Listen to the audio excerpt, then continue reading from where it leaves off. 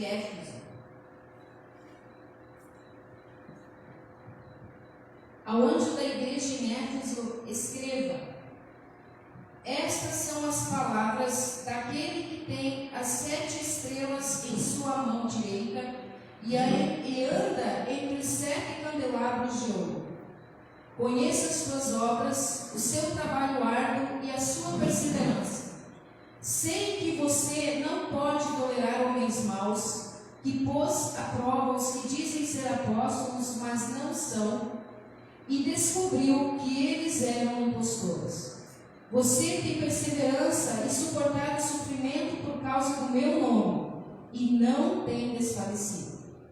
Contra você, porém, tenho isso: você abandonou o seu primeiro amor. Lembre-se de onde caiu, arrependa-se e pratique as obras que praticava no princípio. Se não se arrepender, virei a você e tirarei o seu candelabro do lugar dele. Mas há uma coisa a seu favor: você odeia as práticas dos nicolaítas, como eu também as odeio. Aquele que tem ouvidos, ouça o que o Espírito diz às igrejas. Ao vencedor darei o direito de comer da árvore da vida que está no paraíso de Deus. Amém? Feche os seus olhos, eu quero orar com você mais uma vez. Pai, em nome de Jesus, Senhor, nós queremos te entregar mais uma vez a palavra que será ministrada neste lugar. Em nome de Jesus, Deus. Tu sabes, Pai, que humanamente, Senhor, nós não temos capacidade alguma para fazer nada. Mas a palavra do Senhor diz que o Espírito Santo do Senhor é aquele que convence do pecado, a justiça e o juízo. Pai, se alguma coisa há em nós nesta noite que precisa ser transformada, que nós precisamos ser confrontados ou precisamos ser fortalecidos, se algo em nós, Pai, somente a pessoa do Espírito Santo pode fazer isso. E eu me declaro na total dependência do Senhor. E quero, pela autoridade me concedida, em nome de Jesus, repreender todos os dardos inflamados de Satanás contra a mente, alma, espírito neste lugar, Pai. Tudo aquilo que ele tente gerar para desviar a atenção, o foco daquilo que for ministrado neste lugar. Pai, eu repreendo pela autoridade do nome de Jesus, mas eu consagro este lugar. Eu declaro que nós estamos aqui para adorar única e exclusivamente o Altíssimo, o Santo, o Todo-Poderoso, o Senhor dos Senhores, Jesus Cristo. Amém. Amém? Ontem à tarde nós estávamos arrancando os matinhos lá em casa, a grama, e eu falei para o Sidney: faz 2 semanas que Deus me trouxe a carta de Éfeso no meu coração. E eu disse para o Sidney: eu não sei o que eu vou falar, eu não sei nada ainda, porque Deus não falou nada para mim ainda. Óbvio que Deus estava trabalhando no meu coração. Deus estava falando comigo a respeito dessa palavra. Mas em relação ao que falar para a igreja. E ontem à noite eu fui buscar a palavra, novamente eu disse: Deus é um. E aí Deus, então, esteve ministrando no meu coração. E eu acredito que Deus vai ministrar o teu coração nessa noite, assim como Ele já tem feito no meu. Amém? O versículo 2, irmãos, ele fala que Deus conhece as nossas obras. Deus conhece as suas obras. Sabe, queridos, nós não somos salvos por obras, por aquilo que nós fazemos. Nós somos salvos mediante a decisão em nossa vida de aceitar o sacrifício de Jesus Cristo na cruz. Ele morreu a nossa morte, morreu pelos nossos pecados, então agora eu vou viver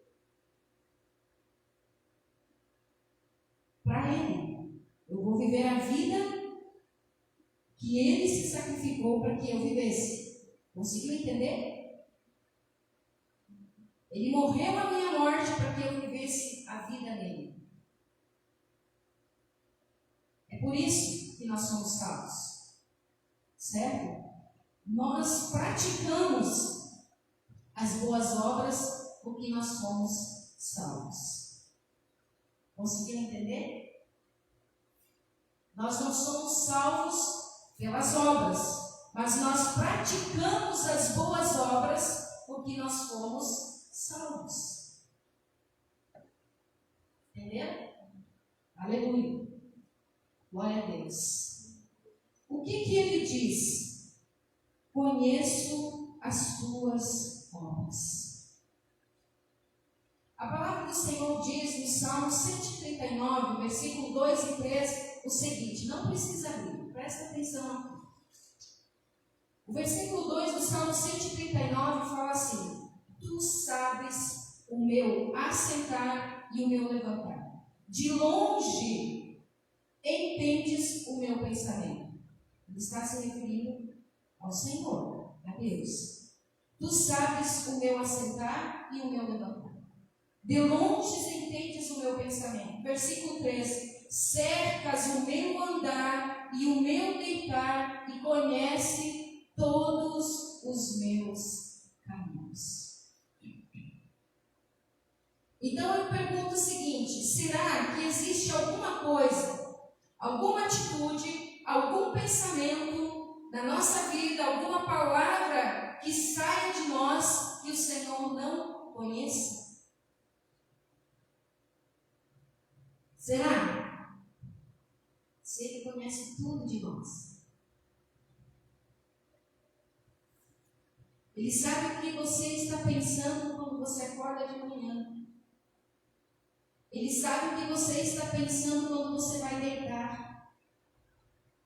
Todo esse tempo que você está acordado, tudo que você está fazendo, tudo está passando aos olhos do Senhor. Enquanto você dorme, Ele não tosqueneja. Ele está acordado e Ele está vendo, está cuidando de você. Ele sabe o que se passa nos seus sonhos. E muitas vezes os sonhos da nossa mente à noite é reflexo daquilo que nós vivemos durante o dia. Aquilo que nós falamos, pensamos, fazemos, à noite na nossa mente tem um reflexo. Será que quando nós chegarmos diante dele, o único juiz que julgará a terra, Jesus, poderá ser enganado por alguém de nós? Já pararam para pensar nisso? Quando você está fazendo uma coisa errada, o pastor Sidney sempre falou aqui, e por onde a gente esteve, ele sempre falou, quando ele pregou sobre esse assunto, ele sempre diz assim, que se você for fazer algo e você tiver dúvida se aquilo é certo ou errado, não faça. Não deixe de fazer, para que você não erre.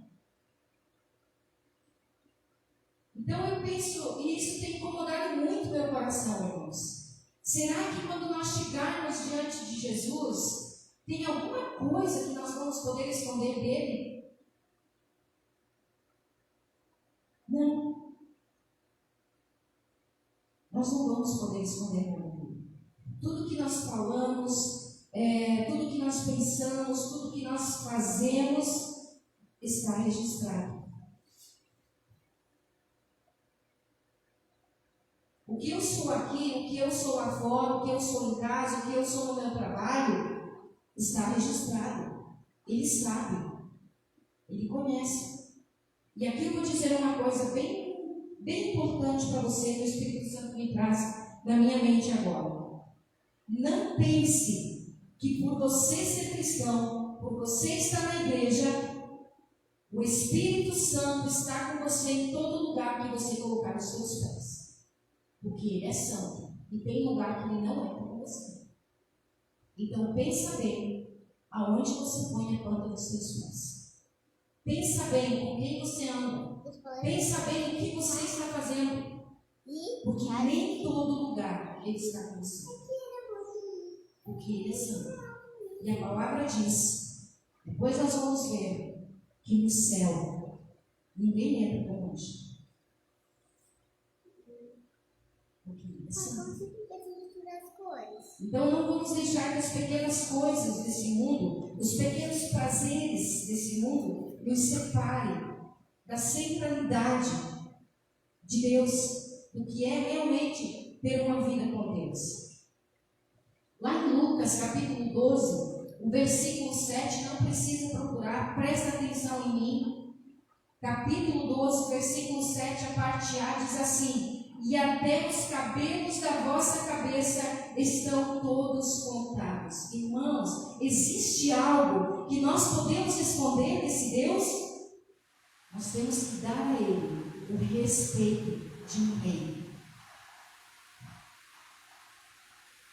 Como você chega na presença de um rei? Se hoje você fosse chamado para ir à presença do presidente da República, como é que você se portaria na presença dele? Você iria de qualquer maneira? No mínimo você ia usar um terno e uma gravata, no mínimo você ia usar um vestido, uma roupa. Não sou contra aqui, não estou pregando usos e costumes, tá? Mas irmãos, e quando nós vamos para a presença de Deus? Como é que nós vamos? Como é que nós nos comportamos? Quando nós somos convidados para um casamento, a gente vai... Eu não estou falando aqui de vestes ou não vestes, eu estou falando de comportamento. Tá? De comportamento. Quanto mais quando nós vamos para a presença de Deus? Com honra. Eu estou dizendo que nós temos que prestar honra. Nós temos que honrar o nosso Deus. Eu tremo, irmãos, porque eu percebo que eu não posso, eu posso esconder de vocês algumas coisas. Quem eu realmente sou. Mas eu não posso esconder de Deus quem eu realmente sou. E isso tem que nos preocupar. Eu posso esconder dos meus líderes, eu posso esconder dos meus amigos, eu posso esconder dos meus familiares quem eu realmente sou, o que eu faço, o que eu deixo de fazer. Mas de Deus eu não posso deixar de esconder nada disso. Deus sabe tudo. Ele vê tudo. E todos os dias, quando nós dobramos o nosso joelho, nós temos que temer na presença dele. E nós temos que dizer: Senhor, eu pequei. Tenha misericórdia de mim e me leva de volta. Seguindo no versículo, o seu trabalho árduo e a sua perseverança. Como está o teu trabalho para o Senhor? Como está a sua perseverança em relação ao seu relacionamento com Deus?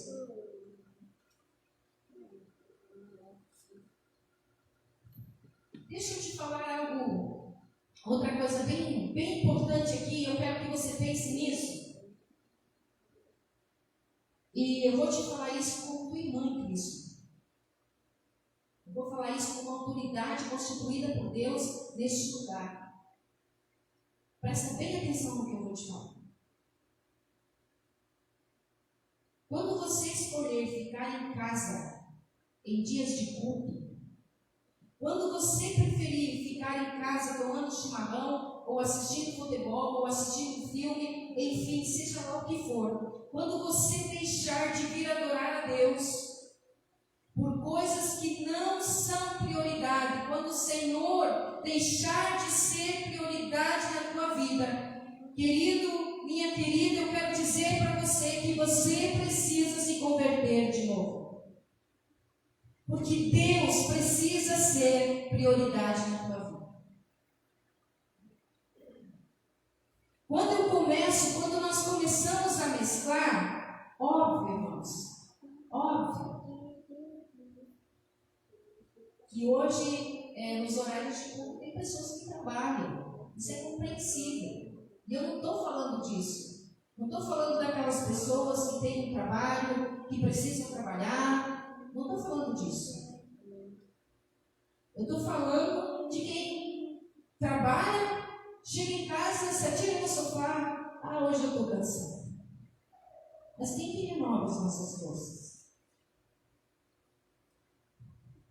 Quem nos deu um trabalho de 8 horas por dia para que chegue no fim do mês e nós tenhamos o nosso sustento, o nosso pão, o nosso alimento?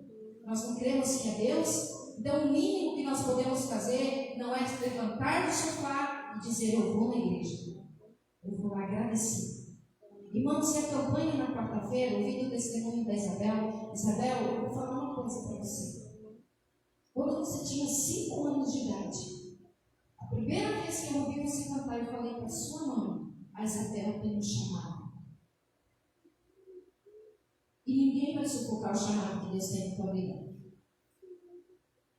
Se eu não estou sendo um bom exemplo na tua vida, olha para Cristo, porque Cristo é o maior exemplo que você pode seguir. Continue buscando a Deus. Essa experiência que você teve, Isabel, foi resposta de Deus para mim.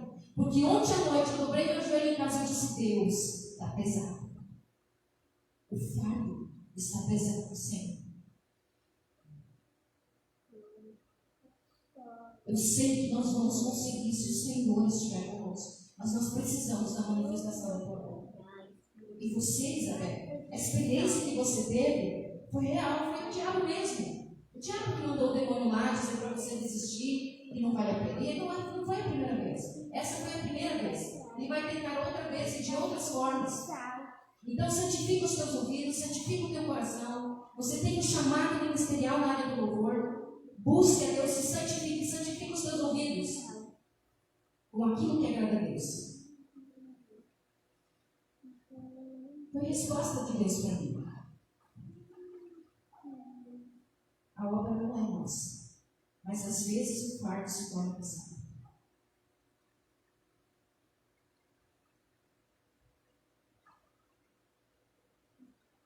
Quando nós começamos a mesclar, quando nós começamos a substituir a presença de Deus por coisas secundárias que poderiam ser feitas em outro momento. Por exemplo, eu posso tomar chimarrão, eu posso voltar da igreja. Eu posso deitar no sofá, erguer as pernas, descansar, e depois eu voltar da igreja. Mas eu vou na igreja. Eu vou adorar a Deus, eu vou buscar a Deus. Irmãos, a campanha de oração que o Senhor nos instruiu a começarmos a fazer, sabe quantas pessoas tinham quarta-feira? 21 pessoas. Vocês querem que eu diga quantos membros da igreja tinha? Deus vai começar a transformar vidas neste mundo. Deus vai começar a mandar vidas para este mundo. E eu e o pastor Sidney não vamos conseguir dar conta sozinhos.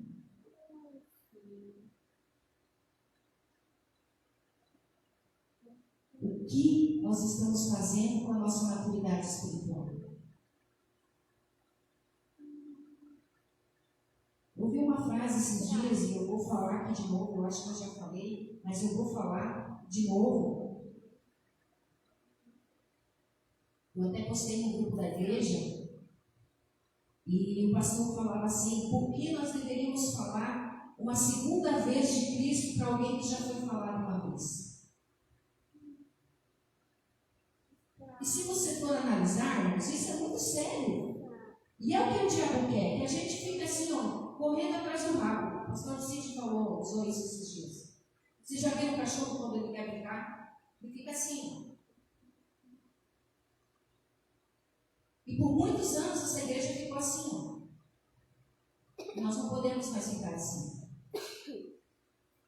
Nós temos que sair. Deus usou a maneira em uma palavra onde Deus iria alargar a tenda. E era para nós firmarmos as estacas. Firmarmos aonde? Aqui. Se preparem, irmãos. Porque eu vou te dizer uma coisa bem séria e profética agora para você prestar atenção. Te prepara na palavra. Se você não quiser chegar de mãos vazias diante de Deus, te prepara para instruir pessoas, porque Deus vai trazer pessoas. E se você não quiser ser usado por Deus, Deus vai levantar outra pessoa para usar no teu lugar. Irmãos, isso é sério. Eu não tenho temor em falar isso. Eu falo isso com o temor de Deus no meu coração. Então, te prepara. Não usa desculpas. Te põe em pé e te prepara. Porque Deus vai mandar pessoas. E Deus vai querer usar você. Mas Deus não obriga. Ele usa se nós dermos disposição para ser usado. O versículo 4, irmãos. Tenho contra você, porém, que você abandonou o seu primeiro amor.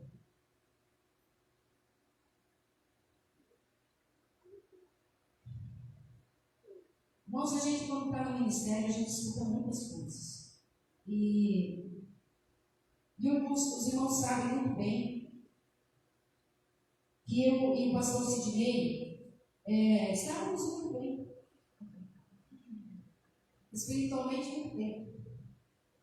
Mas é assim, né? Quando a gente, como se diz, assenta, aí Deus, não senta não. Tem mais para fazer. Mas eu louvo muito a Deus pelo tempo que a gente teve.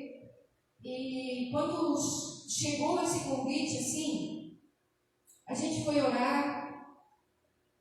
E eu confesso para vocês que houve depois que nós estivemos com a diretoria, depois que nós conversamos com os irmãos e o Sidney, passamos por uma situação e a gente falou assim, não, vamos declinar.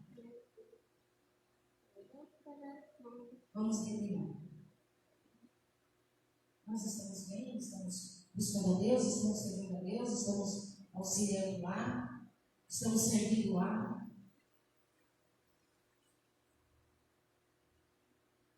Nós não declinamos porque Deus nos deixou. Porque nós não estamos aqui com o interesse financeiro. Vocês sabem disso. Quem nos conhece um pouquinho sabe muito bem disso. Nós estamos aqui porque nós temos aprendido que é melhor obedecer do que sacrificar. E aí Deus começou a trazer no nosso coração bem coisa de pessoas. E eu disse aqui uma vez, e se fosse pela Tene, nós teríamos vindo para me apoiar, teria mais a Tene. Porque foi a primeira pessoa que a gente teve contato. Assim, fora da igreja, né? Antes tinha Dulce, a Bíblia, lá da Batista. Mas Deus começou a trazer. E aí a gente bate a cabeça e louvado seja Deus. Porque eu sei que os planos que Deus tem a nosso respeito, como igreja, não estou falando eu, pastor Sidney, como igreja, são bons, são agradáveis. E quando eu vejo a Isa testemunhando isso incendeia mais meu coração e me faz conseguir. E não leva por surpresa, porque nós temos orado e as coisas vão começar a acontecer.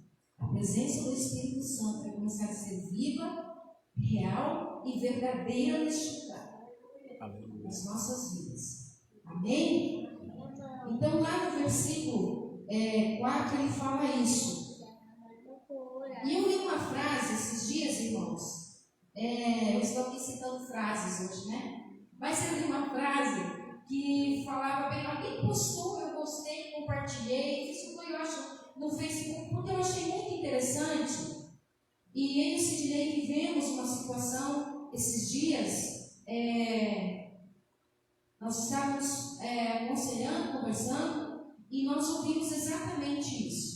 Nós não estamos distantes de Deus, nós apenas estamos afastados da igreja. E essa frase, ela dizia assim, afastado da igreja, mas não de Deus. Irmãos, isso não existe. Não existe isso. Porque a Bíblia fala de comunhão. Igreja é corpo. Igreja é corpo. E como que eu andaria se eu não tivesse meus pés? Como é que eu faria alimento se eu não tivesse as minhas mãos? Isso é igreja. Estão entendendo? A igreja é um corpo. Eu não posso viver afastado. Eu enjoei do meu braço direito, então eu vou dar um tempo. Meu braço direito vai dizer assim: eu vou dar um tempo do meu corpo, eu vou ficar sozinho lá. E aí meu braço direito sai e fica lá num canto até ele decidir voltar. O grande problema é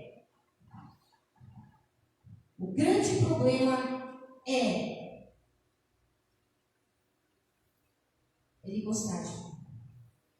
O diabo mentir para ele que está melhor ele ficar lá do que ele voltar e fazer parte do corpo. E essa frase ela terminava e dizia assim: não tem como servir ao exército e não comparecer ao quartel. Nós somos do exército de quem? De Cristo. Como é que nós não vamos comparecer ao quartel? Se eu sou um soldado, eu tenho que comparecer. Então, irmãos, hoje é muito bom, já estamos indo para o final. Hoje é muito bom a gente ficar em casa assistindo uma live. Isso foi o que a gente ouviu lá. Nós estamos assistindo lives. Vamos assistir live, né? A gente só ouve o que gosta. Não se envolve, não participa, ninguém está bem, andando como eu gosto. É muito assim hoje, né? Então hoje é muito bom você ficar em casa, assistir uma live. Mas sabe como que eu vejo isso, irmãos? É uma estratégia de Satanás para afastar as pessoas do caminho de Deus, do caminho do Senhor. Cuidado com isso. Cuidado com a grama do vizinho. Ela parece mais verde, mas não quer dizer que ela está tendo um adubo de qualidade. Cuidado, irmãos. Cuidado. Quando eu falo de adubo, eu falo da palavra de Deus. Tem um corinho que ele fala assim: quantas bênçãos, quanta são. Quem conhece? Quantas bênçãos nós temos contado? Ninguém mais conta bênção na igreja. É surpresa para a gente quando alguém chega e diz: pastor, eu quero dar um testemunho. Nem a Lisa fez hoje. Eu já fiquei pensando: Deus, fique surpresa. Né? Agora eu conto. Nós temos bênçãos para contar. Deus me curou da dor de cabeça, Deus me curou do pé, Deus abriu uma porta aqui, Deus veio com um livramento, a gente não conta mais. E essas coisas edificam, elas fortalecem. E tem um outro corinho que ele fala assim: leia a Bíblia e faça oração, faça oração, faça oração. Leia a Bíblia e faça oração, se quiser crescer, se quiser crescer, se quiser crescer. Leia a Bíblia e faça oração, se quiser crescer. Esse é o meio de você crescer como reino, de você crescer como cristão, de você crescer como pessoa, lendo a Bíblia e orando ao Senhor. Se eu pedisse, irmãos, para vocês fecharem os olhos, agora nós fazemos assim uma brincadeira, vamos dizer assim, fechar os olhos e lembrar o momento da tua conversão. Aquele momento em que foi feito o apelo, em que você levantou a mão e que você disse: sim, eu aceito Jesus Cristo, eu aceito o sacrifício de Jesus na cruz. Você consegue lembrar? Se você fechasse o teu olho e você pensasse naquele momento, você consegue lembrar? Eu consigo lembrar, porque vai ser um momento inesquecível na minha vida. A alegria, a euforia que eu senti quando eu aceitei Jesus no meu coração. Eu vivi uma transformação. Eu fui para casa, naquela noite eu lembro andando no ar, de tanta alegria que eu tinha no meu coração. Independente, irmãos, da circunstância, nós devemos guardar a nossa fé e vivermos cada dia como se fosse o último dia da nossa vida aqui na terra. Independente da circunstância, da situação. Se eu creio que o meu amanhã pertence a Ele, o mínimo que eu posso fazer ao reclinar a minha cabeça é estar em paz com Ele e ter a convicção de que se Ele vier à noite ou no amanhã seguinte, eu vou estar preparado. Eu vou estar em paz. Então nós temos que ter essa convicção. E isso, irmãos, tem uma frase que eu não gosto dela, mas muita gente usa, que é: uma vez salvo, salvo para frente. Essa é uma das maiores mentiras que o diabo conta. Porque hoje eu aceitei Jesus. Hoje eu aceitei a salvação. Amanhã eu tenho que manter. Quando você planta uma flor que você gosta muito, o que você faz? Você tem que cuidar dela, né? Você poda, você dá adubo, você planta a terra, às vezes você muda ela de um vaso para outro maior.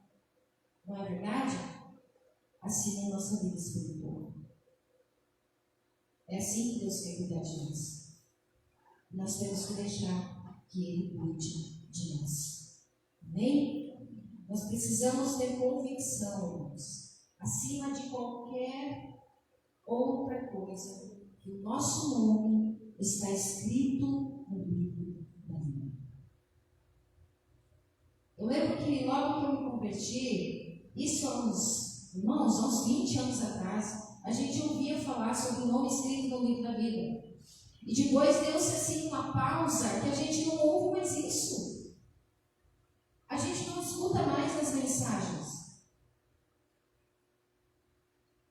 sobre isso. Nós precisamos começar a pensar sobre isso. E eu te peço nessa noite, você tem certeza que o teu nome está escrito no livro da vida? E aqui eu quero falar para você de um versículo que está no livro de Apocalipse. Não precisa abrir, presta atenção em mim. Lá no capítulo 21, versículo 27, 21, 27, capítulo 21, versículo 27, que fala assim: nela, cidade, na Nova Jerusalém, cidade celestial, como você queira chamar, jamais entrará algo impuro, nem ninguém que pratique o que é vergonhoso ou enganoso, mas unicamente aqueles cujos nomes estão escritos no livro da vida do Cordeiro.